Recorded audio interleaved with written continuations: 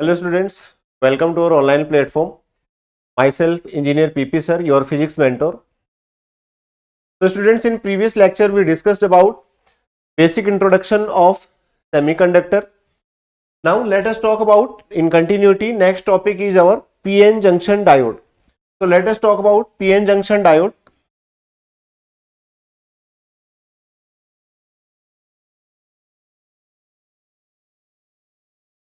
So how a PN junction is formed? So whenever we talk about formation of PN junction, then PN junction is formed by mixing, or we can say by fabrication of p-type and n-type semiconductor at atomic level. So when a p-type semiconductor is suitably joined means they should be joined at atomic level. N-type semiconductor, then resulting arrangement is called PN junction or PN junction diode. If we talk about symbol of PN junction diode, then it can be represented like this. It can be represented like this, both the ways, or simply you can say that this is p type, this is n type, like this is p, this is n, and these are electrodes. So this is a simple arrangement of PN junction diode. So let us talk about how this PN junction is formed and what are the different processes or different situations occur when this PN junction is formed. So first one is depletion region.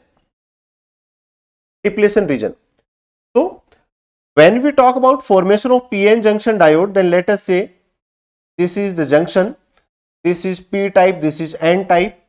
We know that in p type there are excess of holes, while in n type there are excess of free electrons. So while formation of this PN junction, these holes diffuse into n region and these electrons diffuse into p region. So due to diffusion of these charge carriers or these majority charge carriers, a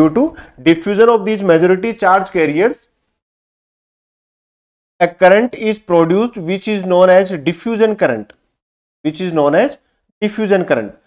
keep in mind, diffusion current always flows due to diffusion of majority charge carriers from p to n and n to p side.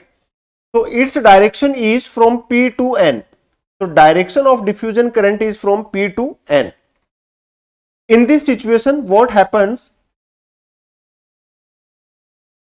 Some electrons of n side starts accumulating near p region and some holes of p side starts accumulating in n region. So in this way, the charge carriers accumulate near the junction, and due to their accumulation, a depletion layer is formed. Or a region is formed in which there is no free charge. These electron hole combine with each other. Hence they form a layer, and this layer is known as depletion region. So this is the general concept of it.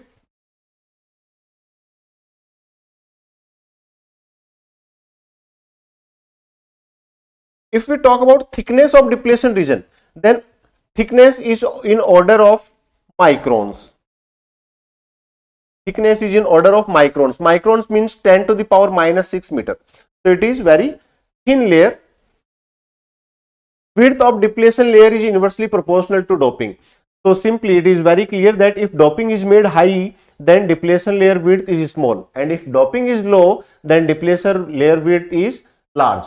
So doping, it depends on depletion layer, depends on doping. So we can see clearly how depletion layer is formed.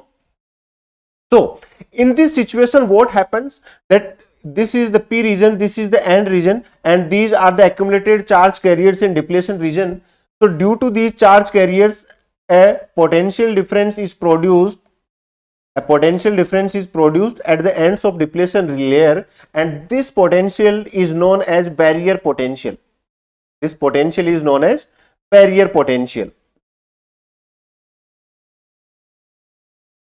Clear? Or in other words, we can say that due to this barrier potential, a current starts flowing from N to P region, and this current flows due to drifting of minority charge carriers, or you can say drifting of ions. So drifting of minority charge carriers produces a current from N to P, and this current is known as drift current. This current is known as drift current. So keep in mind, there are two major processes in the formation of p-n junction, which are diffusion and drift. So diffusion takes place of major charge carriers, means holes diffuse from p side to n side and free electrons diffuse from n side to p side. Similarly, drifting takes place of minority charge carriers, or you can say minority ions. It means holes from n side to p side and electrons, free electrons from p side to n side. So due to this drifting, a charge is established, a current is established, that is known as drift current. Then depletion is directly proportional to temperature. So depletion also depends on temperature. If temperature increases, then width of depletion layer also increases. The p-n junction diode is equivalent to capacitor in which the depletion layer acts as a dielectric. So yeah, we can say it that if we say that p region and n region acts as two plates of capacitor, then this depletion layer acts as a dielectric. So here barrier potential, so we have seen barrier potential. The potential difference created across the p-n junction due to the diffusion of electrons and holes is called barrier potential. It is 0.3 volt. It is 0.3 volt for germanium and 0.7 volt for silicon. On the average, the barrier potential is almost taken as 0.5 volt. So on an average, barrier potential is taken as 0.5 volt. So we can say that electric field of about 5 into 10 to the power 5 volt per meter is produced due to this barrier potential. Now see some important graphs. So if we plot a graph for p region and n region with distance, then we clearly see that in n region potential is high, while in p region it is low. If we talk about charge density, then for p and n region we can clearly see that for p region charge density is negative and for n region charge density is positive. And if we talk about electric field with respect to distance, then in case of p region electric field increases in negative, while in case of n side we can say that it increases in towards positive side. So diffusion and drift current, so we have discussed this diffusion and drift current. Always keep in mind that diffusion and drift, we can say that a current from n side to p side is known as drift current. So we have seen that drift current, IDR, drift current flows from n side to p side, and diffusion current flows from p side to n side.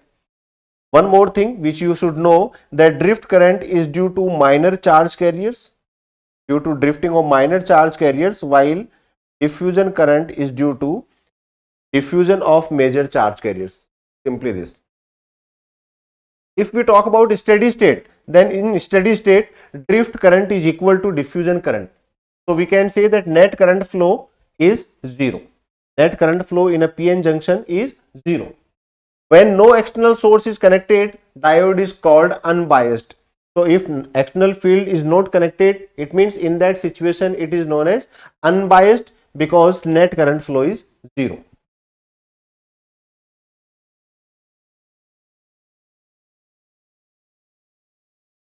Now let us talk about biasing of p-n junction diode. So p-n junction diode can be operated in two ways. It can be operated in two ways. One is in forward bias and another one is in reverse bias. So in forward biasing and reverse biasing, let us see how it operates. So if we talk about forward biasing of p-n junction diode, then keep in mind that when p side P side is connected with positive terminal of cell and N side is connected with negative terminal of cell, then PN junction diode is said to be in forward bias. While in case of reverse bias, we can clearly see that P side is connected with negative terminal of cell and here N side is connected with positive terminal of the cell. So this is known as simply reverse biasing. So see, when we talk about forward biasing, then let us see from here. In forward biasing, what happens that when we increase this external electric field,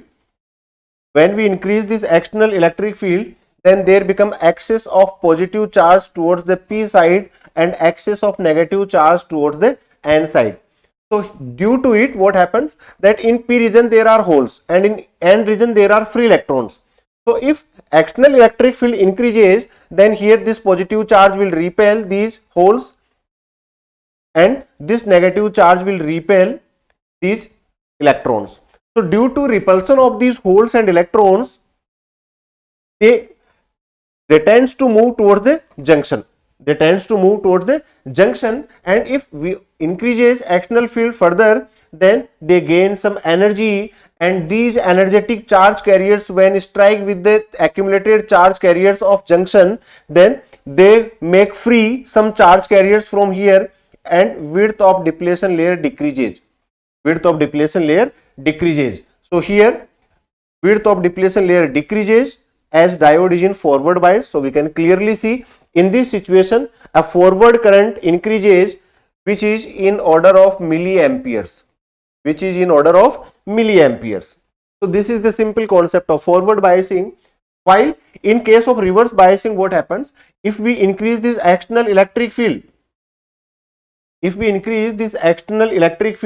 Then here negative charge start accumulating, or we can say negative charge start increasing near the P side, and near the N side positive charge starts increasing. Due to that, holes of this P side are attracted towards this negative charge, or electrons of this N side also are attracted towards the positive charge. In this situation, these charge carriers are moving away from the junction. Then charge carriers nearby the junction have less attraction, and they start accumulating or start depositing near the junction, hence width of depletion layer increases. So in this situation, width of depletion layer increases. If width of depletion layer increases, then we can say that this barrier field is also increasing. And here we can say that it is decreasing. So this is the simple concept. If we consider here that width of depletion layer is increasing, it means here reverse current will decrease.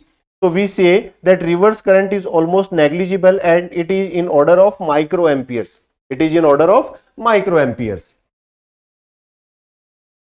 If we talk about resistance in forward bias, then resistance in forward bias is no, this data is not correct. It is almost 1 ohm to 100 ohm.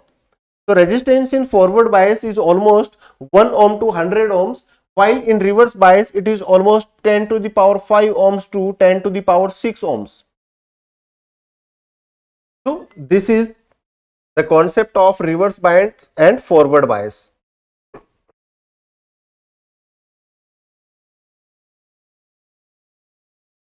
So we have seen it. Let us see their curves, reverse and forward characteristic curves. So what are characteristic curves? So characteristic curves are plotted between voltage and current. So in forward bias, they are plotted between forward voltage and forward current, while in case of reverse bias, they are plotted between reverse current and reverse voltage. So here we can see that when forward voltage increases, then initially there is no much rise in forward current, but after a particular voltage, current increases. So this minimum voltage is known as simply knee voltage. And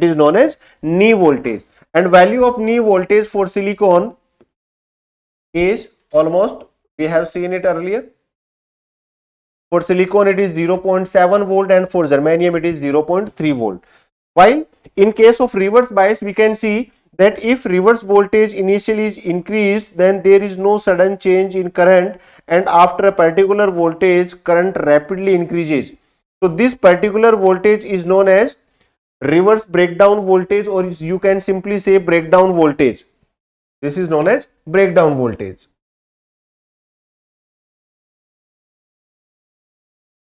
So biasing means simply connection of any external source with the diode. It is known as biasing. Either it is in forward bias or reverse bias. Now let us talk about reverse breakdown and special purpose diodes. So reverse breakdown. So reverse breakdown is what? So in reverse bias, what happens that when potential is increased in reverse bias, then at a particular voltage, current suddenly rises. So that particular reverse voltage is known as breakdown voltage. That is known as breakdown voltage, and this process is known as reverse breakdown. This process is known as reverse breakdown. This reverse breakdown can be obtained in two ways. One is Zener breakdown and another one is avalanche breakdown. Avalanche breakdown. Let us see what are these avalanche and Zener breakdown. So simple difference in these, that in case of Zener breakdown, doping is high. Doping is high. So if doping is high, then width of depletion layer is low or small. So due to it, its conductivity is high. It means if we have to acquire reverse breakdown, then it can be achieved by applying a small external electric field. Small external electric field. So here are three parameters which are important. First one, that in case of Zener breakdown, doping is high. If doping is high, then width of depletion layer is low, and it means conductivity is high. So if small electric field is applied across the ends, then it can provide large amount of current at a particular voltage, means breakdown condition can be occurred at small electric field. So this process is known as Zener breakdown. Simply in case of avalanche breakdown, doping is low, hence width of depletion layer is high. In this situation, large electric field has to be applied to gain the condition of breakdown. These are the basic conditions of avalanche and Zener breakdown. Now let us talk about special purpose diodes. So here we are going to discuss about four diodes which are specially purposed: Zener diode, LED, photodiode and solar cell. So these all are specific purpose diodes. These three, LED, photodiode and solar cells, are known as optoelectronic devices. Optoelectronic devices. Opto means light. It means they show effect of light. Let us see how. So if we talk about their symbols, then this is the symbol of Zener diode. This way. So this is the symbol of Zener diode. If we talk about LED, then it emits the light. So you can clearly see, draw a symbol for PN junction diode, and now pure radiations emitted from this junction region to outside. It means they are emitting the light. So this is the symbol of LED. In case of photodiode, light incidents on junction region. So it is the reverse symbol of LED, like this. So here light incidents on this junction region. So this is the symbol of photodiode. While in case of solar cell, there are two different plates. One is thick, one is thin, and they have metallic contacts to show conduction property. We will discuss it here. So if we talk about Zener diode, then we can see that it is highly doped PN junction. Which is not damaged by high reverse current. The breakdown voltage for Zener diode is very sharp. Similarly, if we talk about LED, then they are specially designed diodes which give out light radiations when forward biases. So if we talk about their biasing, then Zener diode is in reverse bias, LED is in forward bias, photodiode again is in reverse bias, and in case of solar cell no biasing is there. No biasing is there. So here LED emits light radiations when it is forward biased, while in case of photodiode it is reverse biased. It means when light of particular frequency is incident on junction, then it shows conduction property or some current flows, which is known as photocurrent. So in case of solar cell, it works on the principle of photodiode. It works on the principle of photodiode. Only difference is that when light incidents on P side or N side, then one side should be thin with respect to another side, so that light can easily reach at the junction, or area should be kept high so that light absorption can be high in case of solar cell.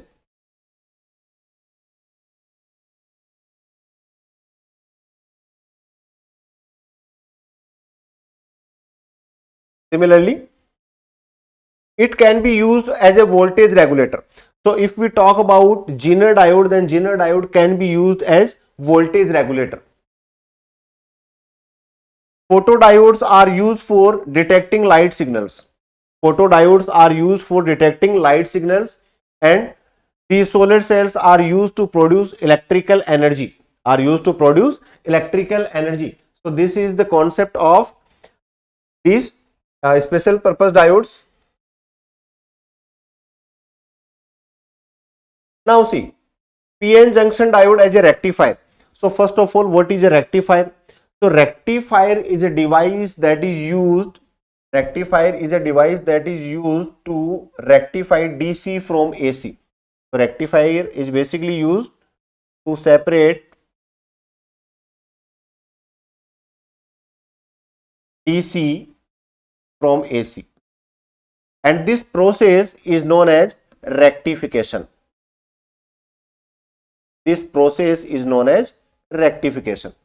So this is the simple concept of rectifier.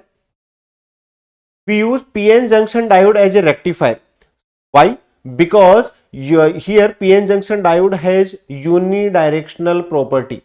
It means it allows flow of current in only one direction. That's why it is used as a rectifier. PN junction diode allows current flow only in forward bias. In reverse bias, it completely blocks the current. So let us see rectifier. Here we are going to discuss half wave rectifier and full wave rectifier. So it is defined by their names itself. Half wave rectifier means it will convert only half wave of AC into DC, while full wave rectifier completely converts AC into DC, or you can say all the cycles of AC can be converted into DC with the help of full wave rectifier. Let us talk about their circuit diagrams. So in case of half wave rectifier, these two coils are of transformer. Primary coil is connected with an AC source, while secondary coil is connected with a diode, with a PN junction diode and load resistance. So what happens here in case of full half wave rectifier, that let us say this is input, this is positive half cycle, this is negative half cycle. So during positive half cycle, upper side of secondary coil becomes positive and lower side of secondary coil becomes negative due to induction. So this diode, this is P side, this is N side. So P is connected with positive and N is connected with negative. It means PN junction diode becomes forward biased, hence it provides output at the load resistance. So here this is the output during the positive cycle. During the negative cycle, what happens? Polarity gets changed. So now this positive becomes negative and negative becomes positive. So in this situation, this negative is connected with P side. So this becomes in reverse bias and it doesn't allow any flow of current and it blocks the current, hence no output is obtained. So in this situation, we can see output is 0, and again during positive half cycle it is obtained. So we can clearly see by these waveforms that half wave rectifier simply converts half wave of an AC. Half wave is lost. So if we talk about its efficiency, then efficiency of half wave rectifier is almost equal to 41%. Now let us talk about full wave rectifier. So in case of full wave rectifier, we replace an ordinary transformer by central tapped transformer. So here we use a central tapped transformer. What is a central tapped transformer? In central tapped transformer, potential at this midpoint of secondary coil is zero. So what happens here? In primary circuit, primary coil is connected with AC source, while in secondary circuit, now we use two diodes. With secondary coil, and load resistance is connected at the mid of secondary coil as shown in figure. So during the positive half cycle, what happens? This end becomes positive and this end becomes negative. So in this situation, diode D1 becomes D1 becomes in forward bias and D2 becomes in reverse bias. So current will flow from D1 to load resistance and output is obtained. Output is obtained by the diode D1. While during the negative half cycle, polarity is reversed. So now it becomes negatively charged and it becomes positively charged. So in this situation, diode D1 is in reverse bias and diode D2 is in forward bias. So now current will flow from diode D2 towards the load resistance and again output is obtained. So again output is obtained. So in this way we can clearly see that both the cycles of AC are obtained at load resistance in form of DC. So it is not actual DC. We can clearly see that we have simply converted direction of AC into DC. So direction is converted, direction is similar, but magnitude is fluctuating. That's why we say it as fluctuating DC. So it is known as fluctuating DC. So this is the concept of rectifier.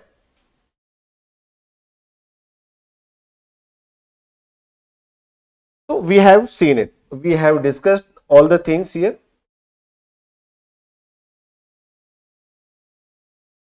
So this is all about rectifier.